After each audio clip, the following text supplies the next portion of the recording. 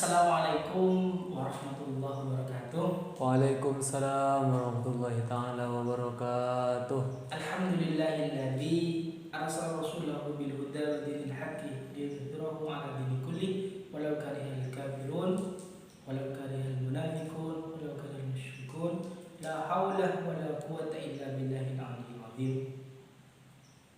Alhamdulillah, pada kesempatan kali ini saya di sini bisa berjumpa dengan kalian semua dengan keadaan sehat walafiat, serta bisa kembali menyampaikan materi-materi yang akan saya sampaikan pada kesempatan kali ini dengan suasana yang berbeda, meskipun siswa yang sedikit. Karena ini baru pertemuan pertama kita belajar bahasa Indonesia, tetapi di dalam ranah bahasa Indonesia ini saya sendiri ingin menjelaskan beberapa hal, bukan tentang kaidah bahasa Indonesia itu sendiri, tetapi tentang apa yang saya alami, apa yang mahasiswa alami di kalangan perguruan tinggi, kalangan kampus, tentang kesehariannya dan apa yang lebih wow di kalangan kampus. Mungkin nanti saya akan memaparkan beberapa hal tentang tersebut, tentang apa ya? Tentang pengalaman saya pribadi. Perkenalan yang pertama, nama saya Muhammad Ufron Hadi, dan tadi saya sudah ada catatan dari kalian semua tentang nama-nama kalian semua di dalam kelas ini. Baik, sekarang saya ingin absen, mohon untuk didengarkan.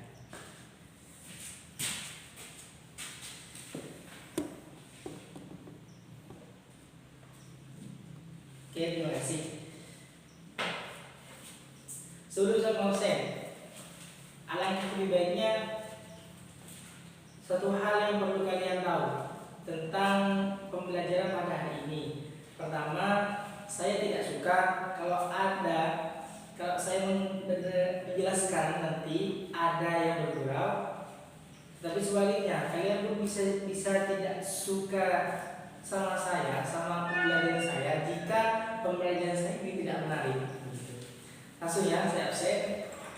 Ya, cek. Ini hanya permainan dalam pembelajaran.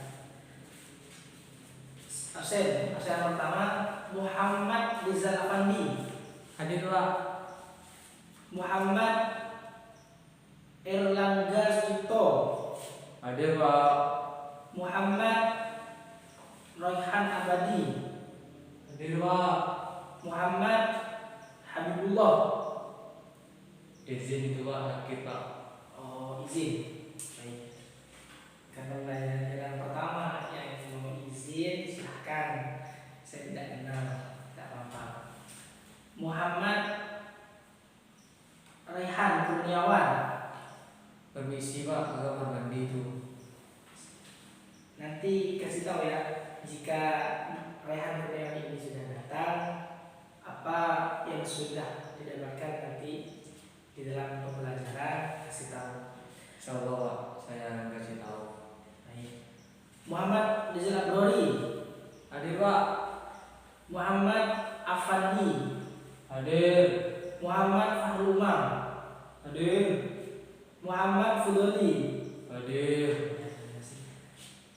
Di sini siswanya sedikit, tetapi saya ingin, meskipun siswa sedikit, saya ingin antusias dari kalian semua di dalam pembelajaran hari ini tentang perkenalan dan tentang pengalaman bapak di depan di ranah perkuliahan, lebih antusias untuk mendengarkannya. Sebelum pembelajaran, saya ingin bercerita sedikit. Di dalam tatanan masyarakat, khususnya di daerah pedesaan ini, ada yang namanya kearifan lokal. Contoh saja, jika di Papua kearifan lokalnya itu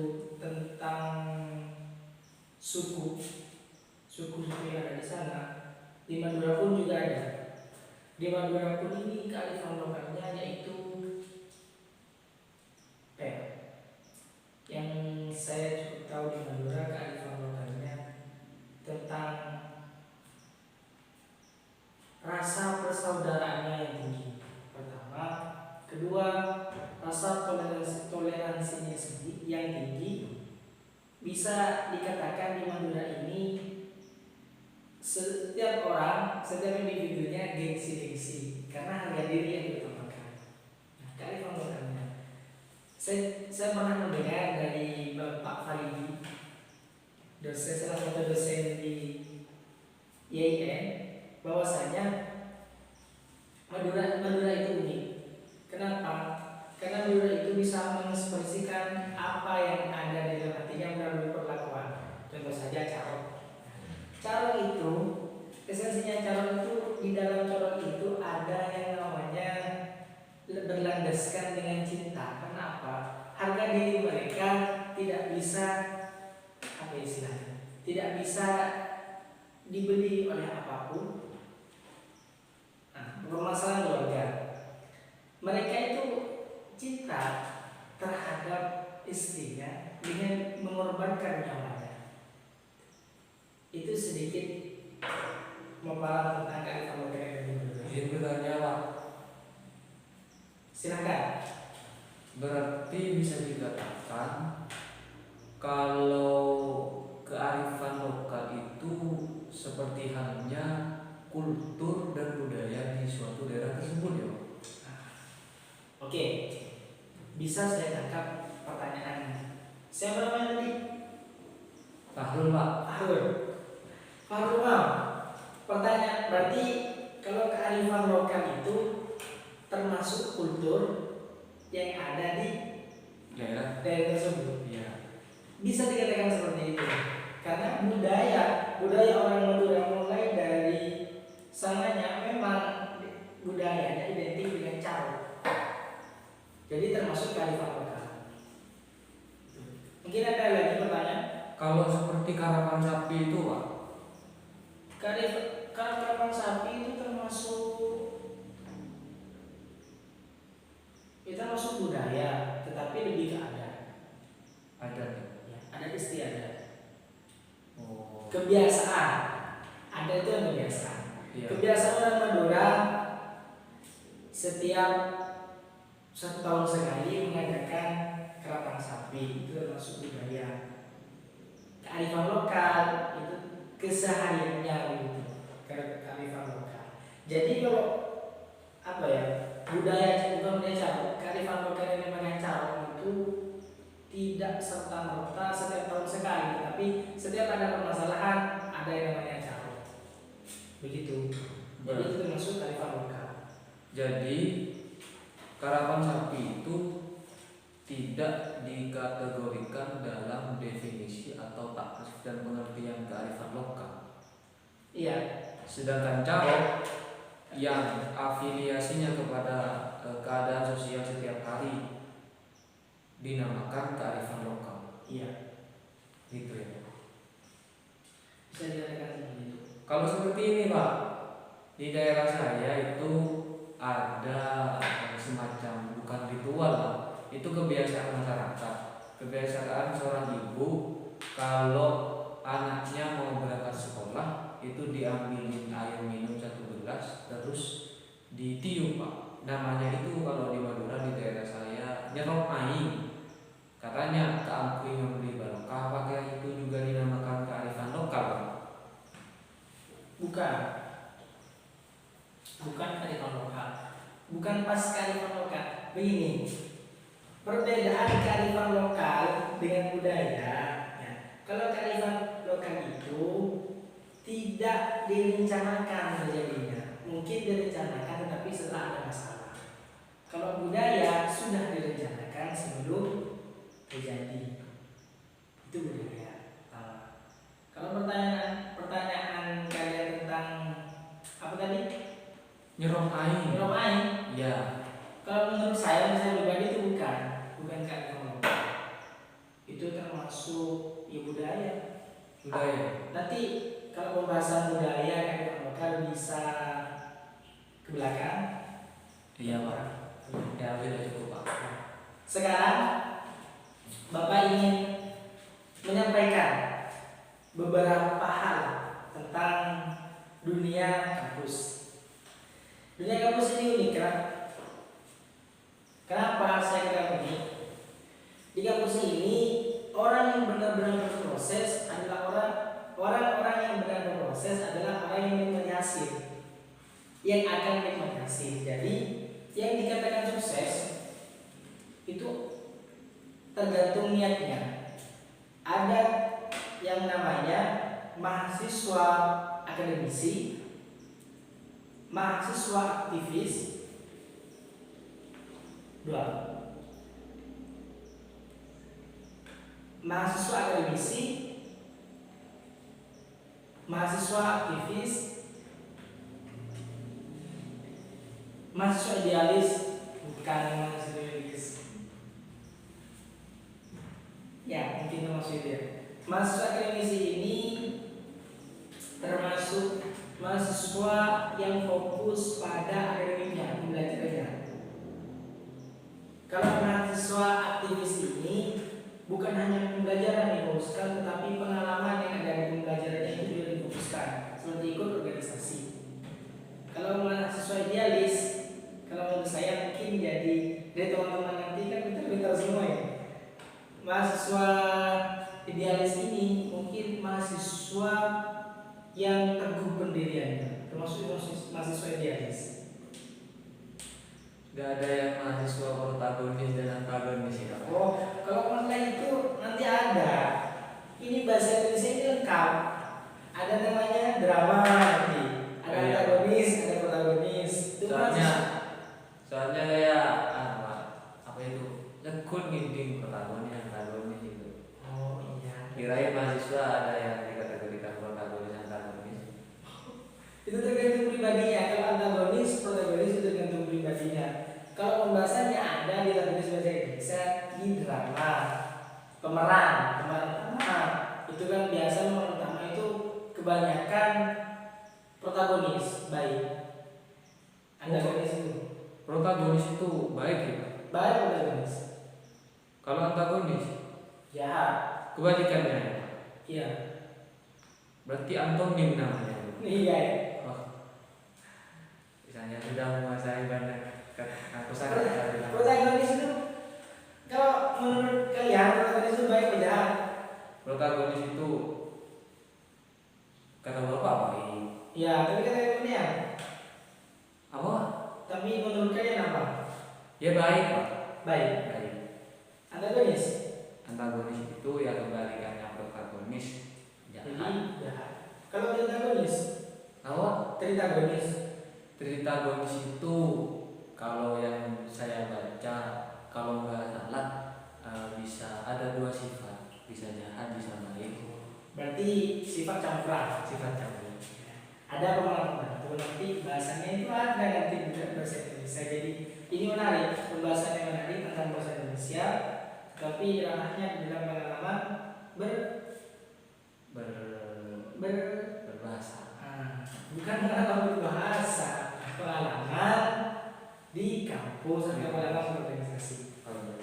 Oke, ini saya pertama akan menjelaskan tentang debat. Ini asik kalau debat. Debat ini kalau orang masyarakat yang memenangkan, bukan masyarakat, mahasiswa yang memenangkan debat itu di sana termasuk mahasiswa yang dikategorikan artis. Kenapa artis? Yang terkenal. Kalau di sini kan yang menang debat di masyarakat kita perdebatan yang tidak yang tidak bermanfaat. Saya berdoa yang tidak bermanfaat. Perdebatan yang mungkin tidak mempunyai referensi, tapi hanya perbedaan pendapat saja. Seperti satu rumah ada dua anak. Lah dua anak tersebut sama-sama menyukai apel, tetapi si A atau bisa dikatakan ini kakaknya namanya Nabil, adiknya namanya Novi.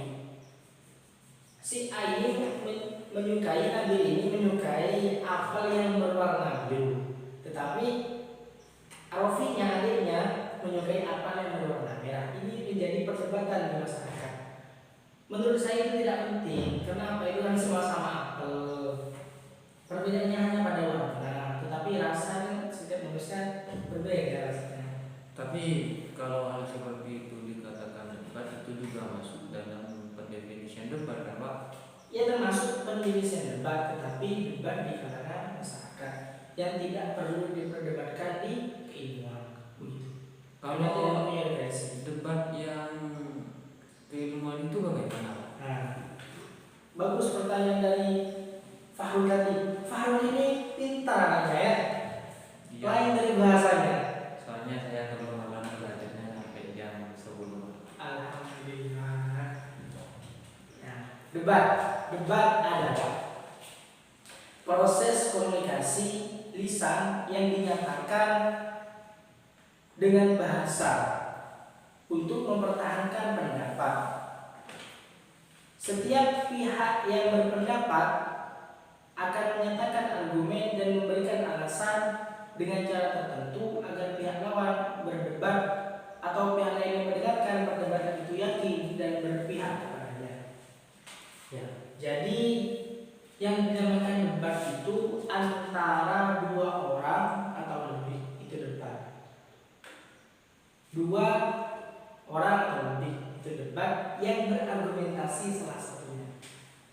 Adu argumen, adu pendapat. Kalau satu orang itu bukan debat, kalau satu orang itu namanya Pidato. Berarti atau semacam rokar. Ya, semacam otokar, tapi otokar yang logis. Rokar yang bagus. Otokar yang masuk akal.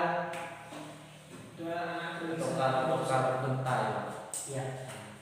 Debat, panggilan debat itu komunikasi lisan yang menyatakan dengan bahasa untuk mempertahankan pendapat. Contoh saja di sini. Saya ingin mencontohkan tentang definisi madrasah. Madrasah, menurut saya madrasah itu adalah sekumpulan bangunan yang di dalamnya terdapat bangku dan juga siswa-siswa yang belajar di dalamnya. Tetapi si B mengatakan kalau madrasah itu bukan hanya bangunan, tetapi sekumpulan orang yang menetap di suatu bangunan dan terdapat pembelajaran di dalamnya. Itu yang dinamakan apa istilahnya? Contoh perdebatan, tetapi debat yang formal atau argumen gitu. Dapat disimpulkan, debat adalah suatu musyawarah yang menghasilkan suatu keputusan yang berasal dari pendapat masing-masing. Debat juga memiliki tujuan, yaitu menyampaikan argumen. Saya sudah jelaskan tadi, kalau debat itu menyampaikan argumen yang berkualitas disampaikan berdasarkan pertama fakta,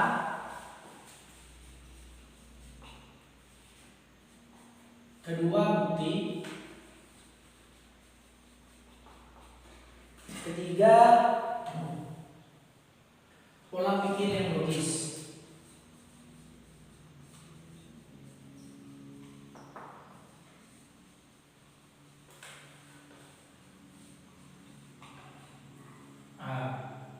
Ini debat. Ada 3 cakupan. Fakta ini kalian ada fakta? Fakta itu yang saya dapati dari pelajaran bahasa Indonesia itu adalah kenyataannya. Kenyataan bagus. Fakta itu Kenyataan. Bukti. Kalau bukti itu adalah hal konkret yang bisa menjadi acuan untuk sebuah pernyataan.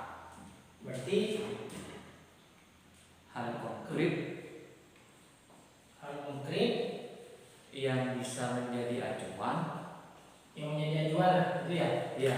yang menjadi acuan. Ketiga, pola pikir yang logis. Pola pikir yang logis maksudnya berdasarkan logika. Berdasarkan logika. Apa Pak? Berdasarkan logika. Berarti sesuai dengan akal ya? Sesuai dengan akal. Sesuai dengan akal.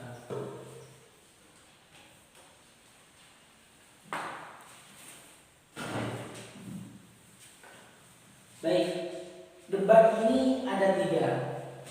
Maksudnya argumen yang berkualitas, debat yang berkualitas ini ada 3 pokok atau 3 acuan. Sesuai fakta kenyataan, biasanya argumen yang sesuai fakta ini berdasarkan referensi yang jelas. Kedua, bukti yang diargumenkan, bukti yang Anda atau kalian kalian paparkan di depan itu sesuai dengan kenyataan. Benar itu tadi yang sudah saya tanyakan kepada anak-anak. Ketiga, debat pola pikir yang logis, jadi harus sesuai akal, masuk ke akal pikiran.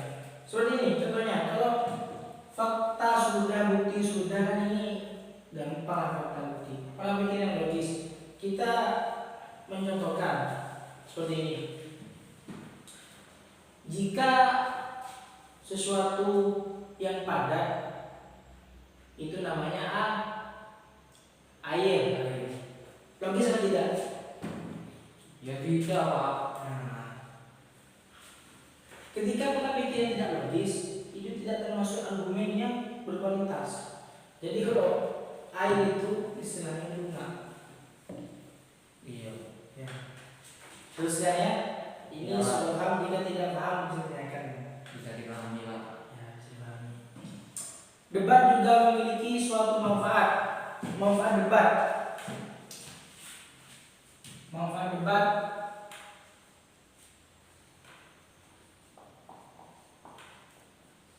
pertama, debat ini melatih keberanian mengungkapkan pendapat. Melatih keberanian mengungkapkan pendapat.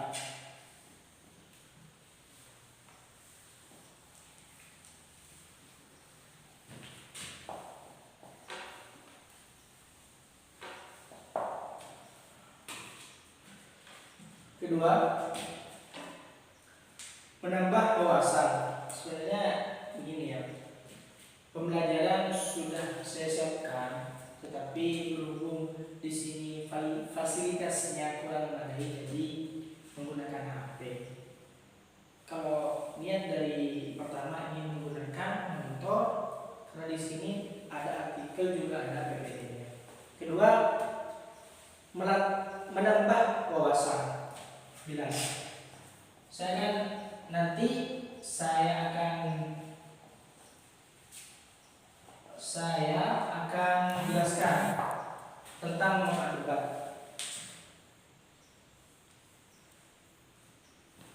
Keempat, responsif.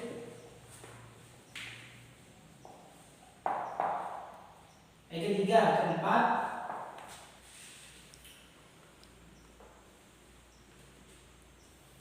berpikir kritis.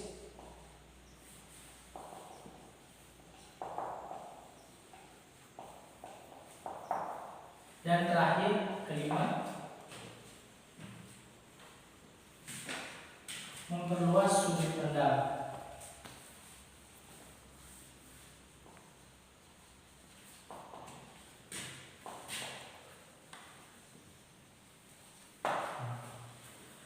Ini dari 5 manfaat.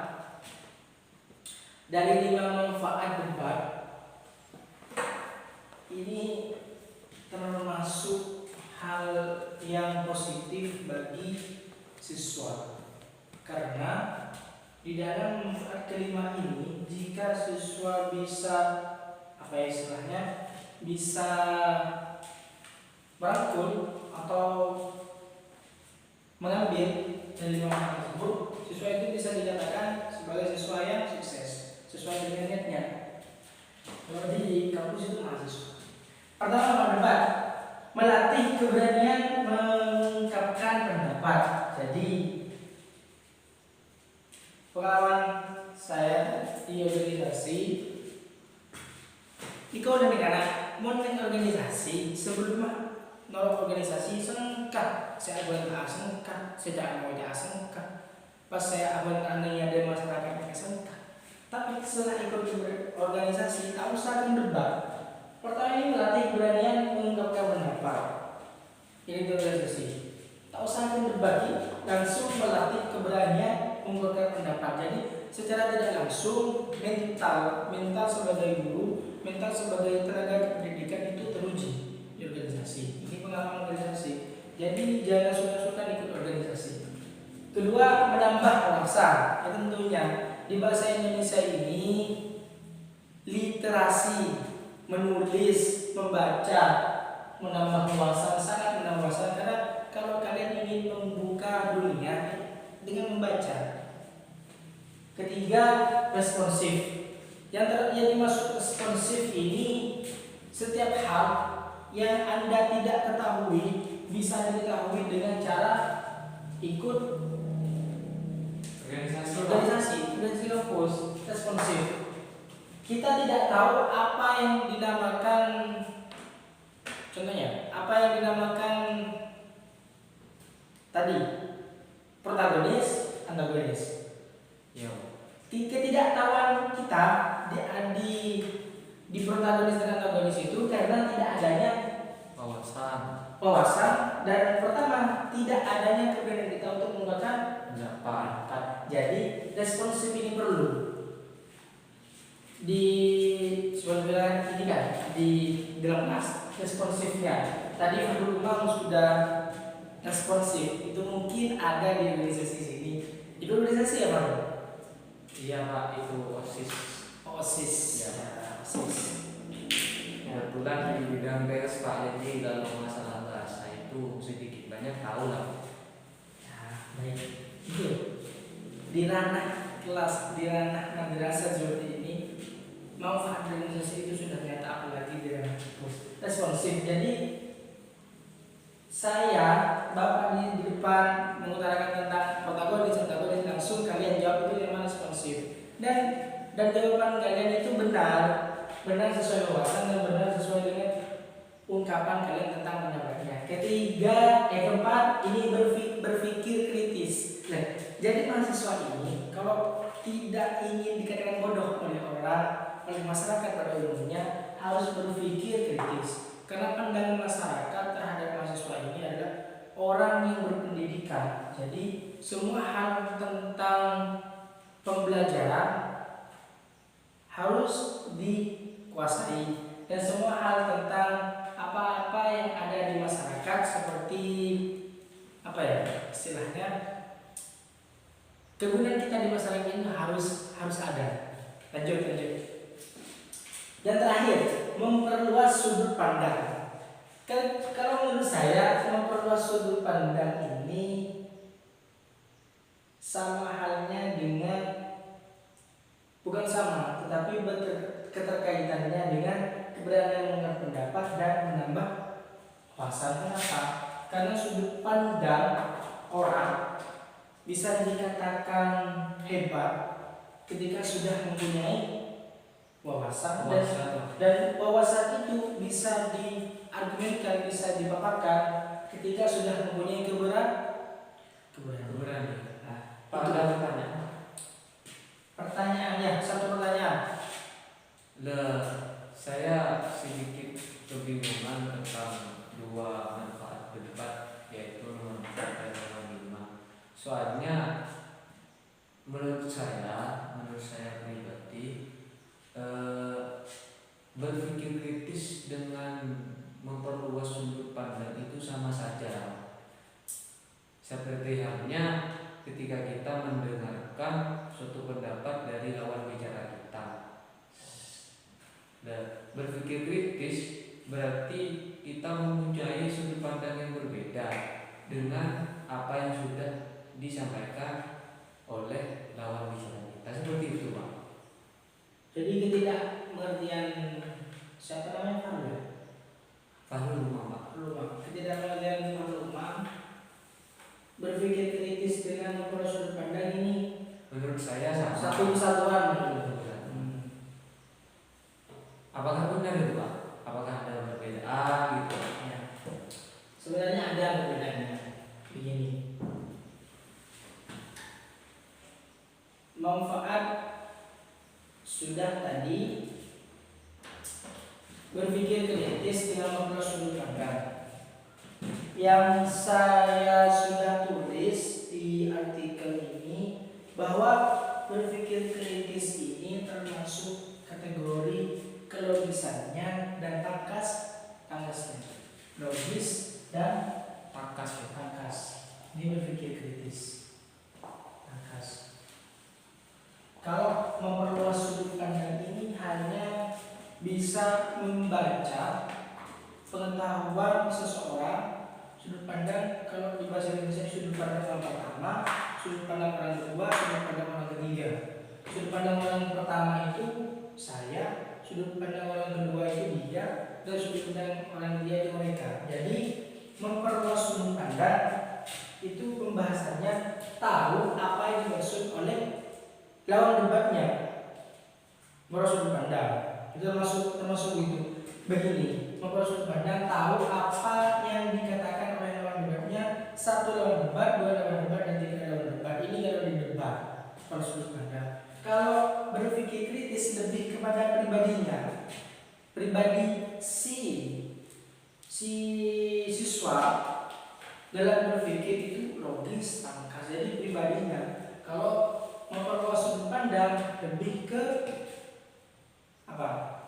Lawannya, lawan bicaranya. Itu perbedaannya.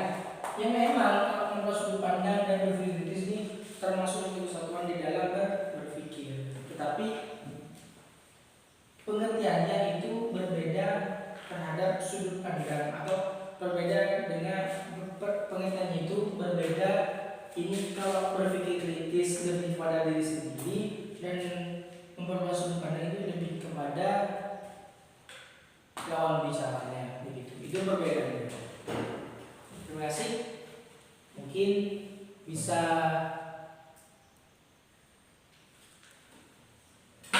Saya masih ada pertanyaan, Pak, tapi bukan pertanyaan sih. ya. Seperti yang pengalaman saya sebagai seorang warga yang tidak hanya berkeluarga negara satu, tidak hanya berkeluarga negara Indonesia, tapi juga warga net. Saya sering melihat postingan-postingan dan artikel-artikel akun-akun yang ada di Instagram, ada di Twitter dan lain sebagainya. Itu ada komentar-komentar tentang seumpama ada artikel yang mengatakan bahwa kemenangan Indonesia, timnas Indonesia U19 dari timnas Singapura itu andil besarnya pelatih terbaru Sintayong.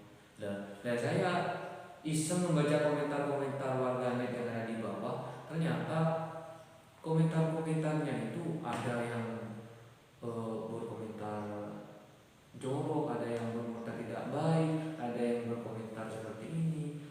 Di situ semacam ada pertikaian, Pak. Mereka bertengkar tentang artikel yang ada di atas bahwa Coach Sintayong memang andil besar dalam kemenangan timnas U19. Itu bagaimana, Pak? Menurut Bapak? Oke. Terima kasih. Ini pertanyaan Anda tentang coach, tentang dunia maya. Sebenarnya itu termasuk debat. Kenapa saya bilang debat? Mengambil dari kata pertanyaan tadi bahwa ada pertikaian. Jadi termasuk debat. Coach siapa? Sintayong. Ya, Itu coach yang dari Korea itu, Pak, ya. Kayaknya saya punya. Sintayong. Oh yang ada di pamflet itu kan? Ya, Pamflet. Bahasanya seperti apa ya kan? Ada bahasanya. bahasanya gini Pak, judulnya kemenangan Indonesia dari timnas Singapura itu besar kaitannya besar andilnya itu adalah berkat Coach Sintayong. Iya, bukan di internet, di internet. Enggak Pak, maksud saya bukan begitu Pak. Komentar-komentar yang ada di bawah itu apa bisa dikategorikan sebagai debat, apa itu tidak dikategorikan debat, maksud saya. Oh, padahal itu enggak kan saya ingin apa ya memberitahu tentang konkretnya ada bahasa kita bisa lupa. Ya kalau masalah pertikaian, kalau bahasa pertanyaan tadi pertikaian itu termasuk debat, tetapi debat yang tidak perlu untuk tidak perlu untuk dibahas. Kenapa? Mereka itu hanya berargumen, tidak tahu faktanya. Itu masuk debat. Pertanyaan masuk debat itu masuk debat karena debat ini adalah proses komunikasi lisan yang diadakan dengan bahasa untuk mempertahankan pendapat. Iya Pak. Senyatanya komunikasi lisan itu komentar itu termasuk komunikasi lisan tetapi didetik di dunia maya. Jadi termasuk debat.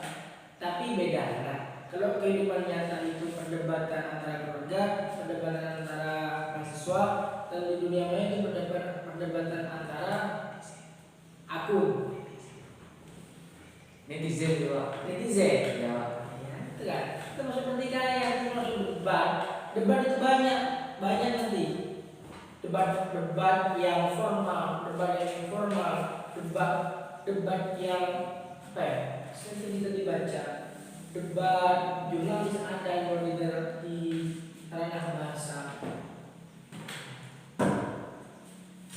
Berarti pertanyaan tadi sudah terjawab ya, termasuk debat. Terima kasih. Sebelum saya mengakhiri pertemuan pada hari ini, saya mohon maaf sebesar-besarnya jika ada salah kata dari saya sendiri, karena saya termasuk manusia biasa, bisa saya juga manusia biasa. Bisa salah, bisa luput, dan jika ada kebenaran dengan kata-kata saya atau pembahasan saya tadi itu semata-mata dari Allah SWT. Karena ilmu yang bermanfaat itu ilmu yang diamalkan, bukan ilmu yang disimpan. Terima kasih. Akhir dari saya, semoga bermanfaat. Wabillahi taufiq wal hidayah. Subhana rabbika rabbil izzati amma yasifun. Wassalamu ala mursalin walhamdulillahi rabbil alamin.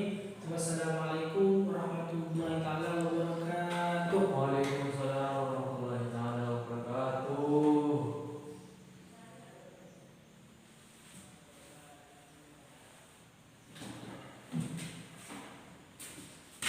Terima kasih ya. Ya Pak.